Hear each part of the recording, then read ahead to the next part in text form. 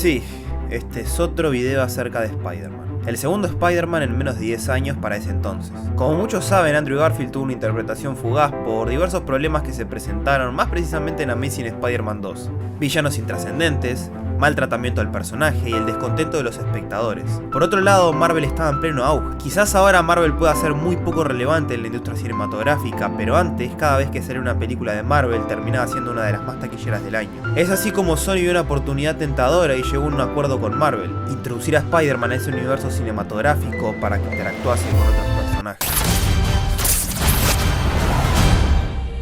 Esto es la presentación de este nuevo Spider-Man. En 2016 rompió el internet.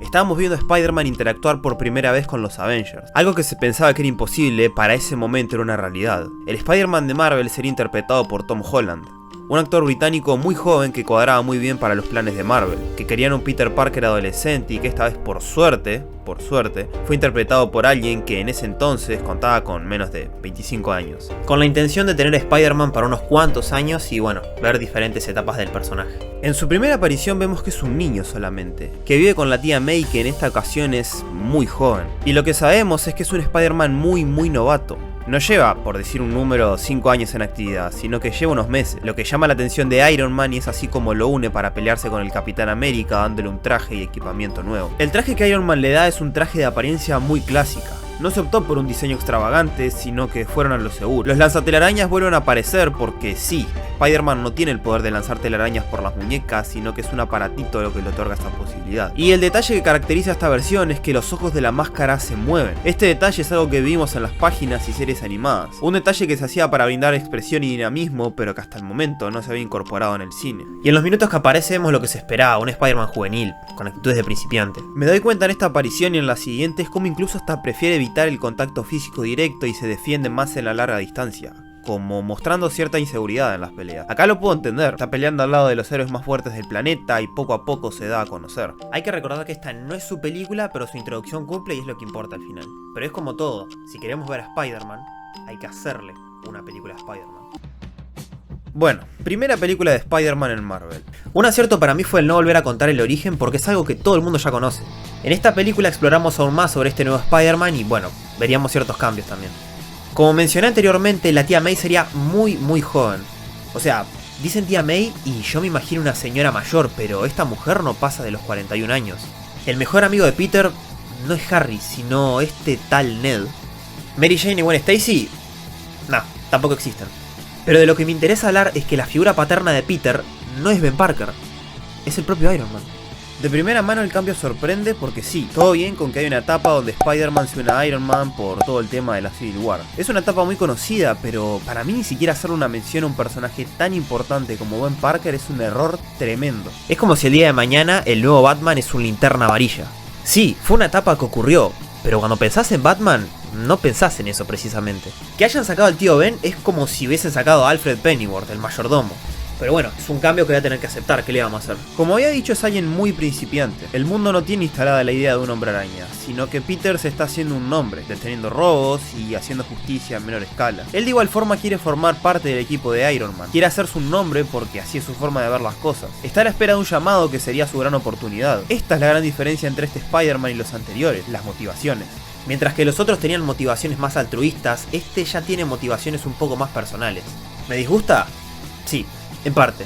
Pero al haber una ausencia del tío Ben y del famoso discurso, tampoco es que pueda pedir mucho. Nadie está ahí para decirle que un gran poder conlleva una gran responsabilidad. La oportunidad que tiene para presumir este Spider-Man es cuando descubre que hay alguien vendiendo material extraterrestre. Y es nada más ni nada menos que Batman. Se lo cuenta a Iron Man. No le hace ni caso unas cuantas veces hasta que otra de las armas que este tipo tiene en su poder revienta todo. Pero esta vez es un ferry que está en el agua. Pero obvio, Spider-Man es un crack. Es el héroe del pueblo, el que tiene todo bajo control. Y de seguro ese ferry no se...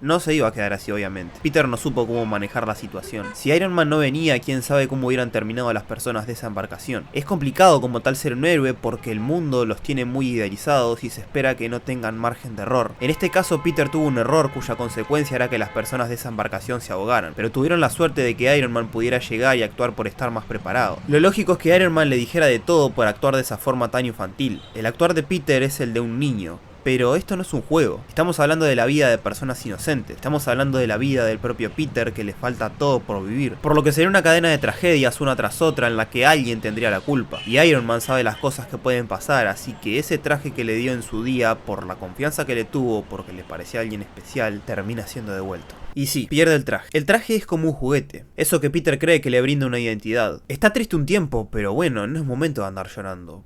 Hay un baile al que tienen que asistir con la que le gusta. Se pone los zapatos, se pega una perfumada. Nada puede salir mal esta noche. La mejor escena de la película. Con diferencia aparte. Porque esto sí es un peligro real. Hasta el momento lo que vi durante todo este rato es un niño que ve como esto es un juego. Que realmente no ve el peligro que puede llegar a ser lo que está haciendo. Ahora su mayor enemigo es literalmente su suegro. Toda la escena es una tensión constante porque aparte de Batman, digo el buitre, se da cuenta que él es Spider-Man y encima hace comentarios para incomodarlo. El espacio es extremadamente reducido, es un auto en el que van con la hija de este tipo a un baile, no es ni siquiera un momento adecuado para que descubran quién es Peter, y la escena cierra con el buitre advirtiéndole a Peter que se mantenga alejado, porque intervenir en estos negocios es directamente intervenir con el bienestar de su familia. La única razón por la que Peter todavía no falleció es porque le salvó a la hija, pero si sigue de esta forma es cuestión de tiempo para que este tipo lastime a las personas cercanas a Peter. Y es que de esto es de lo que yo venía hablando desde el primer momento, que no podés ir por la vida diciendo a los cuatro vientos que sos Spider-Man. No puedes poner en riesgo tu integridad física y la de tus seres queridos. Este susto debería servirle a Peter para entender los peligros que conlleva esta vida, y ser un poco más precavido con las acciones que toma. Porque ser Spider-Man al final es decidir hacer siempre lo correcto. Como Peter, que su poder es su responsabilidad. Y parte de su responsabilidad es saber que cuando hay una injusticia tiene que actuar al respecto. Y obvio, Peter sabe que el suegro iba a robar un avión, por lo que no iba a pasar una noche tranquila. El sentido de responsabilidad es lo que lo lleva a dejar plantada a la que está saliendo con él, y entonces se ve la cara con el buitre, en donde le da un discurso mostrando su resentimiento hacia la gente con altos ingresos económicos para hacer tiempo y dejar enterrado a Peter sobre una pila de escombros. No con el objetivo de simplemente escapar, sino de escapar y no dejar con vida a Spider-Man, tal cual se lo había dicho. Este tipo va en serio. Y acá viene la segunda mejor escena de la película, porque aparte de ser una calca de este panel de acá, Peter se hace la idea de que su fuerza no proviene del traje que le dio Iron Man. Él no necesita ni de un traje con un montón de mejoras, ni de ninguna armadura. Él es Spider-Man con o sin el traje. La fuerza todo este tiempo venía de él. Es la misma fuerza que va a tener que usar para salir de ahí porque nadie va a ayudar. Es él contra el mundo. Y no va a ser la primera vez donde le toque ser su única ayuda. Esto además es necesario porque tipos como el buitre van a haber miles.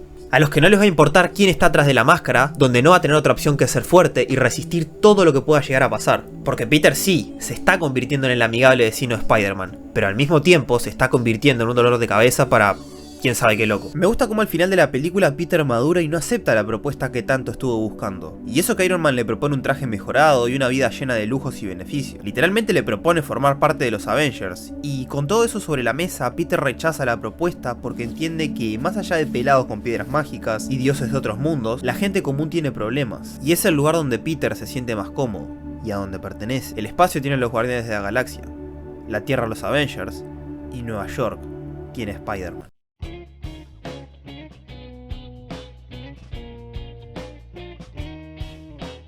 Far From Home. Sinceramente no sé por dónde arrancar porque ya la sinopsis de la película me da un mal presentimiento. Peter se va de vacaciones a Europa junto con los compañeros. Sí, exacto.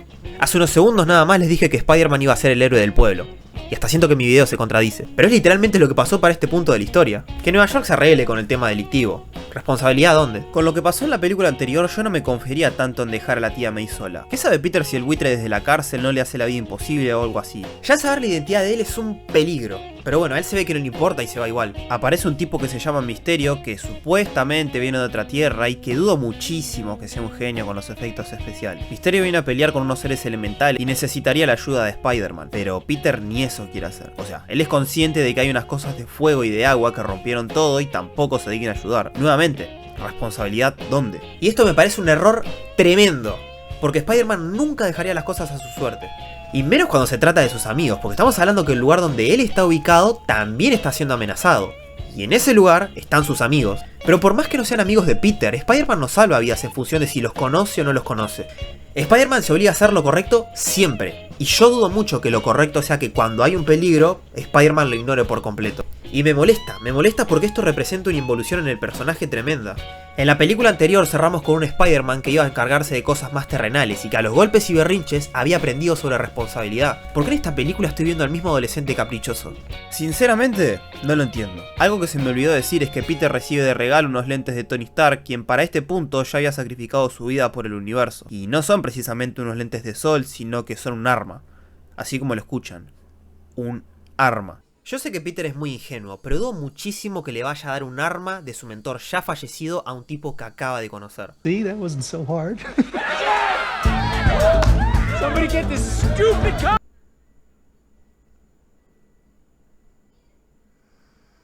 Far From Home no me gustó. Es para mí un relleno de 2 horas en donde lo único que ves es a Peter persiguiendo a MJ, a personajes secundarios de lo más insoportables y donde no sirve de nada todo lo que Peter aprendió. Ni peleando al lado de los Vengadores, ni por su cuenta, ni siquiera muriendo.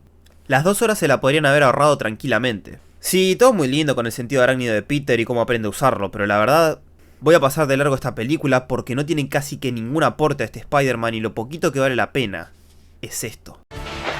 Spider-Man's name is Peter Parker. Bueno, ahora sí. No hay una persona que no sepa quién es Spider-Man. La vida de Peter a partir de esto se empieza a poner más agitada, porque es acosado como si fuese un famoso y al mismo tiempo es odiado. Ahora sí está viviendo una situación difícil.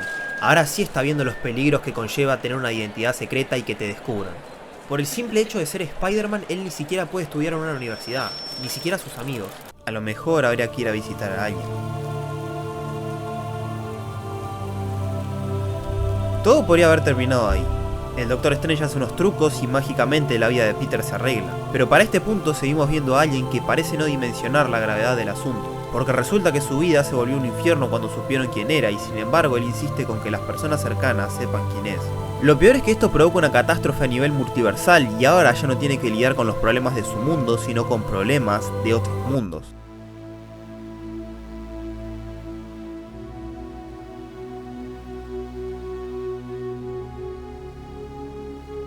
Miren todo este desastre. ¿Quiénes son estas personas? Bueno, vos y yo sí sabemos, pero Spider-Man no tiene ni idea. Nunca los vio. El tema es que ellos sí saben quién es. Sí parecen conocerlo. Y todas estas personas pelearon en su mundo contra Spider-Man. Algunos de ellos sí saben quién está bajo la máscara. Algunos de ellos murieron peleando con Spider-Man. Y Peter no quiere que esto pase. Y además quiere sacarle los poderes a todos, que más que dones son como maldiciones. No les trajo nada bueno a estas personas y los llevó precisamente a morir. Entonces, Peter siente la necesidad de volverlos a donde pertenecen con ese favor desinteresado de por medio. Pero claro, como vengo repitiendo hace rato, todos los actos tienen consecuencias, ya sean buenas o sean malas. Imagínate ser una buena persona con la persona equivocada.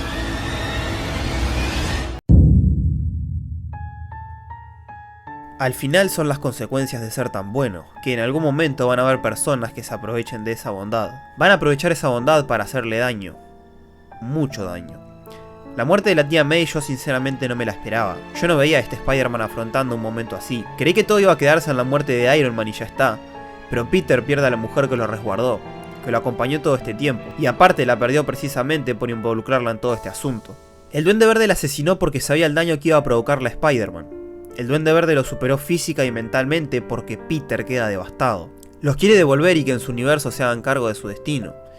Esto era lo que necesitaba este Spider-Man. Visibilizar el peligro que conllevan sus acciones. Que le ocurriera algo que realmente lo haga recapacitar. Que viera que ser Spider-Man no es ningún tipo de juego. Que personas inocentes van a perder la vida. Y lamentablemente le ocurrió a May. Y Peter, indirecta o directamente, fue el responsable. Sin los lentes no había misterio. Sin misterio no había revelación de identidad secreta. Sin revelación de identidad secreta no había hechizo fallido. Sin hechizo fallido no habrían villanos de otros mundos. Y uno de esos villanos no hubiera provocado esto. Algo muy común que se da en la vida de Spider-Man es una emoción desmedida al momento de obtener los poderes. Spider-Man siempre que lleva poco tiempo con ellos cree que se lleva el mundo por delante, sin saber ni la cuarta parte de lo que habita en él. Y diría que es normal, siendo que cuando Spider-Man obtiene poderes siempre es adolescente. Pero siempre ocurre un evento canónico en la vida de Spider-Man que lo lleva a reflexionar, que lo lleva a tomar una decisión de cómo usar esas habilidades. Todo siempre llega a la misma conclusión, que un gran poder conlleva una gran responsabilidad. Ahora, Peter va a tener que hacerse cargo. No existe Iron Man, ni la tía May, ni nadie. ¿Seguro que nadie? Me encanta la interacción entre los tres Spider-Mans.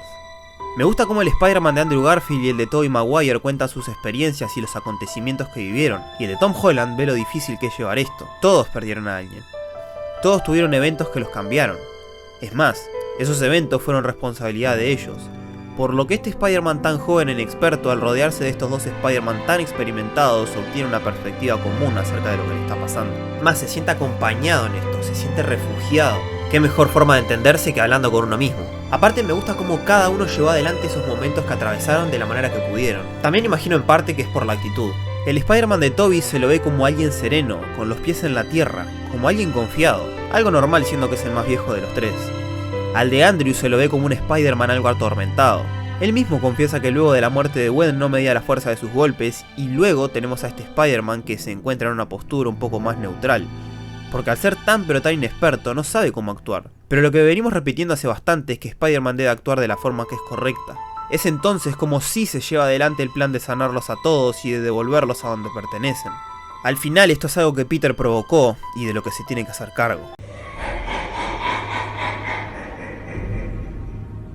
Delante de Peter está el Duende Verde, el asesino de su tía, el hombre que le metió una paliza y lo dejó sin nada, el hombre que canaliza la rabia que Peter tiene, esa rabia que jamás habíamos visto, que incluso transformó su mirada aniñada en unos ojos tensos y llenos de odio. Para este momento Peter está dispuesto a todo, cree que asesinando al Duende Verde va a reparar lo ocurrido, por lo que sí, va a agarrar ese mismo planeador con el que el duende se llevó la vida de su tía para asesinarlo. Y cuando se dispone a terminar con la vida del hombre que le sacó todo, hay una voz que resuena en todos nosotros, y alguien lo frena.